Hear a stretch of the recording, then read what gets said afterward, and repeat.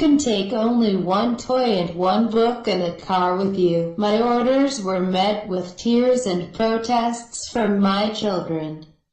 As it was 5 in the morning, they were still sleepy. But there was no choice, tears or no tears, we had to get the car loaded and start our trip before the morning traffic got too bad. I thought back to my childhood and remembered family trips, the long car rides and the endless fights with my brother over anything and everything. It felt like we were trapped forever. We quickly claimed personal space in the back seat of the car and defended it with a border of bags and cushions from that minute on. At first, we tried to read, but the motion of the car made us feel sick. Then we tried to sleep but could not find a comfortable position. We would finally agree to play games in the car like I Spy with my little eye that made us look at the wonderful world speeding past us. Sometimes we would read the license plates on other cars to see who could spot the one which had come from the farthest away. I remember even seeing one from as far away as Alaska. Although we would never admit it, in those moments we actually enjoyed each other's company. Dad would try to join in our conversations by telling the kind of bad jokes that are almost too awful to repeat. Why did the little boy throw the clock out the window? He wanted to see time fly. What letter in the alphabet can you drink? T. Why is number 6 afraid of number 7? Because 7, 8, 9. Do you get it? 8, 8. Ha ha ha, he would laugh, thinking he was the world's greatest comedian. EWWWW. Sick. Mom, make him stop, we complained together. But he wouldn't quit until he was able to make us all burst out laughing.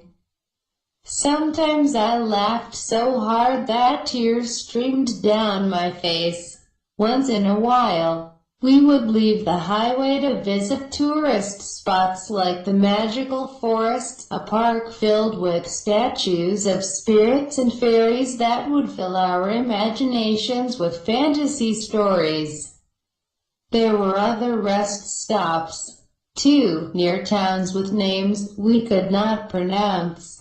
In those places, Mom would set out delicious picnics for us while we ran around and played. But our favorite rest stops were places where we could see natural wonders like waterfalls, mountains, and canyons.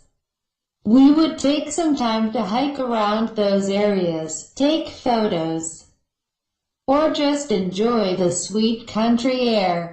Later in the afternoon, when we arrived at our camping site, the tent would have to go up. That was Dad's job. There always seemed to be a pole or something missing, but he would patiently find a good solution. The prospect of sleeping in a tent under the stars made my brother and me so excited that we could barely stand still. Dad took advantage of our energy by sending us out to collect sticks to start a fire for the barbecue and to get water for washing. Sometimes we met children from other families in the camping area. Together, we would pretend that we were explorers of a strange new world while we gathered our firewood and carried the water.